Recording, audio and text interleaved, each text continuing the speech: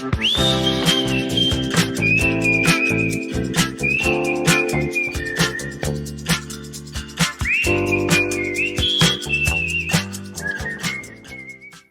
we have 15 minutes for the Q&A. So if anyone have a question? Yes, Lance? Yeah, this is for Tiffany, and it's a very interesting presentation. And the way you explain it, in a way, it's sort of reminiscent of the criticism of semantics generally, not general semantics, because we always say general semantics is not semantics. And one of the problems with semantics is that when you just think of definitions, it's a closed system, so it's just words defining other words, which define them back again in this loop, and which is why you can't use a foreign language dictionary if you don't know the language. And it also makes me think of Saussurean semiology or French semiology, where there's no or little or no reference to the referent, to the things out in the world. It's just words define each other, whether it's polar oppositions or the interplay of signified or unsignified. But when you had up on that, I think it was representation and concepts. But it seems to me that it's not concepts, it's just words. In other words, it's just the signifier, if you like, just the surface of the word without really an understanding of the concept.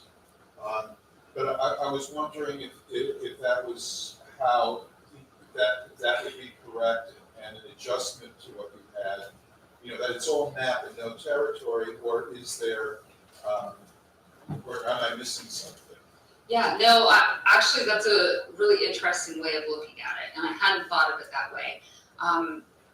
I guess on one hand, if we're talking about neural networks, to just remove the rules-based semantic network system, I think what's unique about this system is that it is capturing some nuances that go beyond just the actual word itself. And so there are connections between words that we ourselves may not even be able to verbalize. The problem is when we go to look at these representations and these systems, everything's mathematized. So it's more than just a word, it's a number. And so if we ask the system, why are you connecting these in this way? The system can't tell us, and the creators can't tell us either. And so somehow, in some way, it's looking at an accumulation of human communication. So Google News, open access books, there's all sorts of internet data. Each model has a little bit of a different system that it uses to train itself. But somehow it's creating these mathematical concepts. And so what is behind the scenes? What is behind there in these connections? I don't know if it's more than just the word itself, or if somehow in that math, like it's like the Fibonacci sequence, is there this series, this secret numerization system that we can't even verbalize? I don't know, but I'm still working, so maybe I'll think about that a little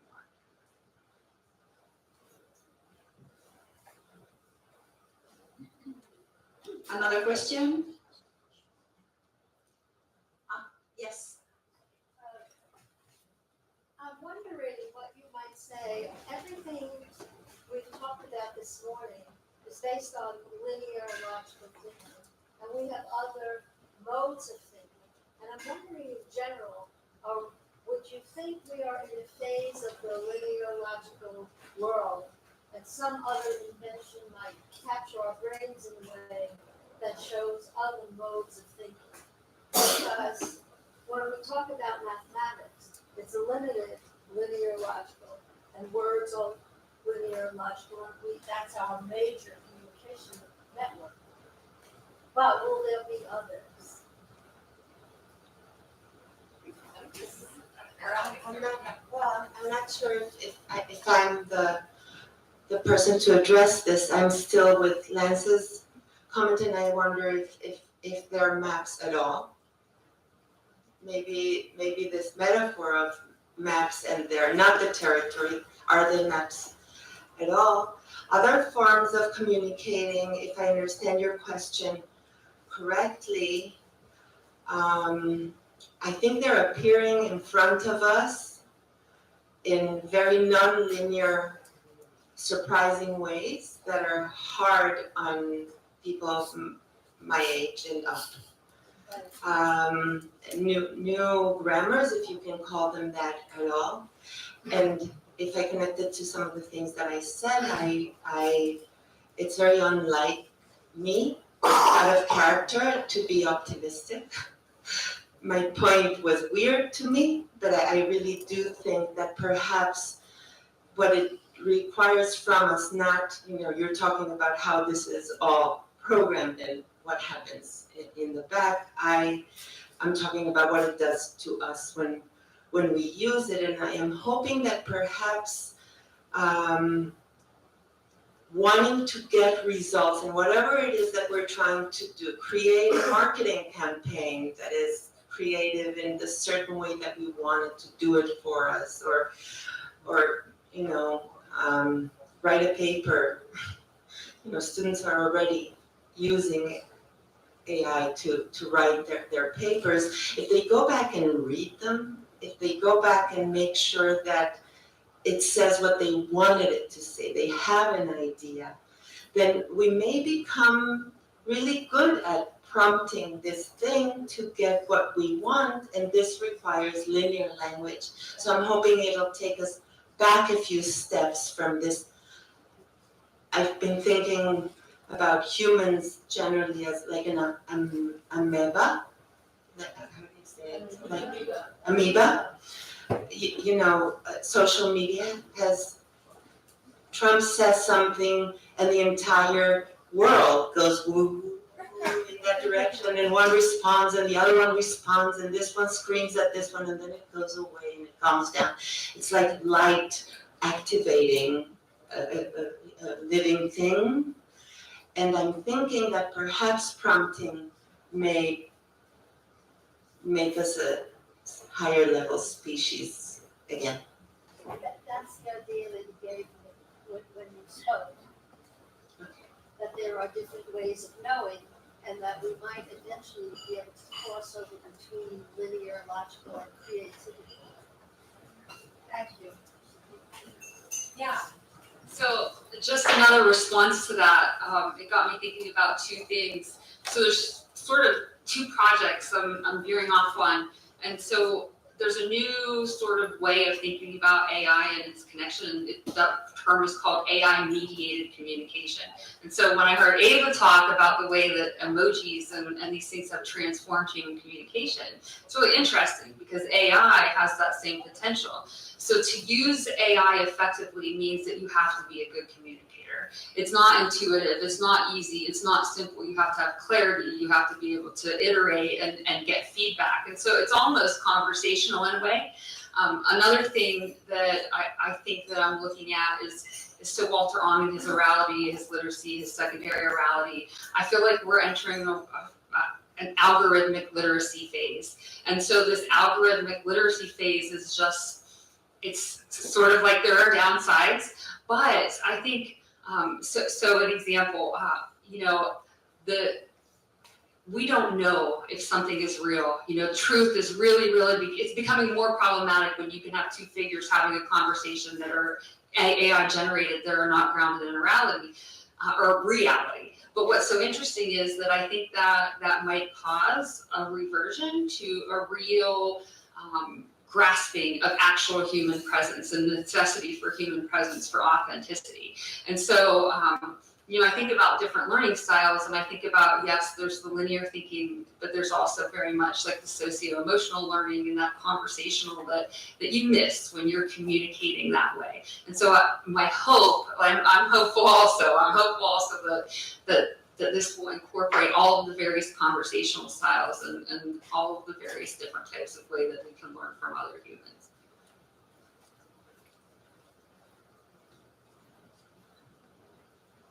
Yes.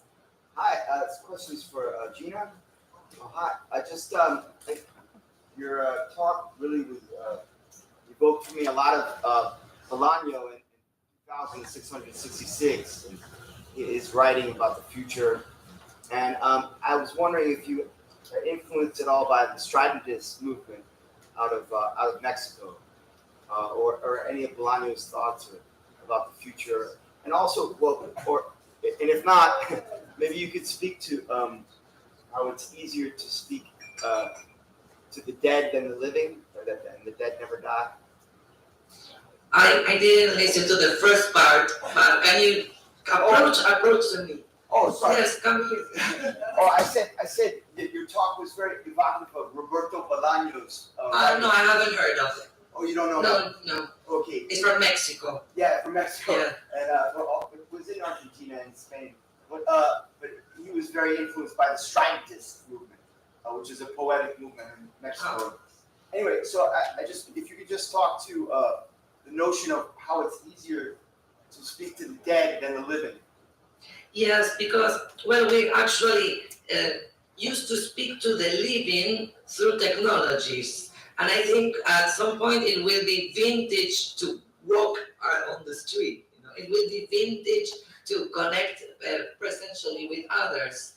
But these kind of technologies transform our perception of what is to be alive in somehow. But all these apps that they allow to that you can get all the information from someone else, all the conversations, it's like you don't need that person anymore, and you find yourself reading more than connecting in a physical way. So it is possible that in the future we can just replicate the idea of connecting to others without those others. And that is what worries me, because we are already starting to disappear from this map already, and we are still alive. But we are, yes, it's a big problem, and I think maybe we don't know this right now, but I can see it will become a big issue in a couple of years. I think what you're saying as it relates to semantics is kind of like a Jacques Derrida's take on semantics, which is that it like signifies another signifier as opposed to the sign. Yes, you could say so. Yeah. So yeah, it's very interesting. Thank you so much. Thank you. I will read Bolaño's then. Thank you. Is there? Yes, Gary, please. About 35 years ago, I wrote a book called Talking Tombstones. And I find it ironic to suddenly hear you talking about the very thing we're trying to rewrite now. Given the opportunity, please get in touch.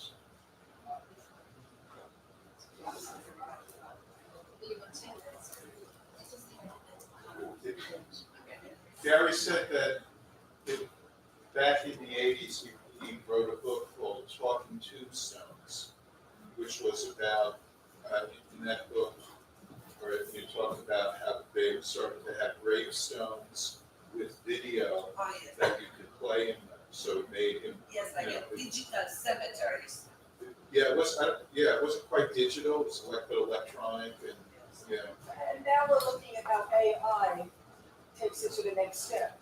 So it kind of really resonates with just what we're working on right now.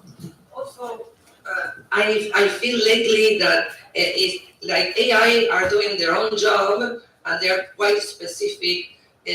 We are used to talk to them, I say them, instead of talking to us, because we are already programmed. When you go out to the street and you see, what are the regular conversations? It's, hello, how are you? Yes, I'm fine. How are you today? Yes, okay. What are you doing? So in that way, about is clever, because we are already synthesized. We are not doing what a human's supposed to do.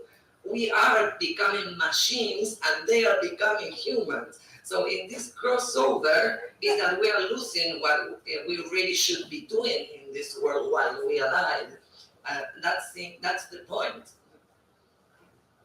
I have stood in front of the tombstone in Argentina.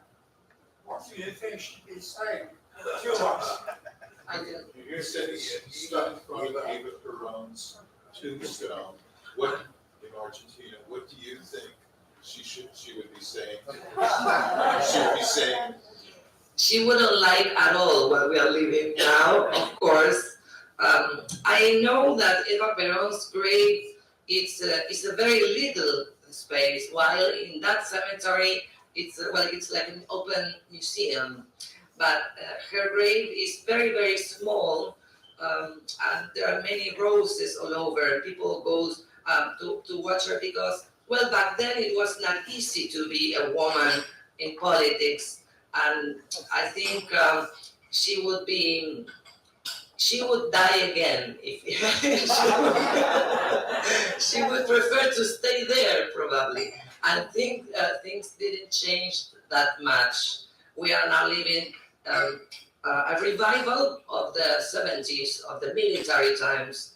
These are the grandchildren of the militaries, but now they were voted for people. So it's I think it's a very unique moment for us to see the implications of the digital technologies, because they won because of it. And I hope you are lucky on November, because it's getting strange. I think it's a global situation, right? Social media capitalized our doubts, our fears, and they know how to do it. So this is more important than ever, what we do, what we read, what we write, and these kind of encounters might help us to understand what to do, because we must do something. Well, thank you very much for our presenters, and the conversation we can follow with our cup of coffee. Thank you.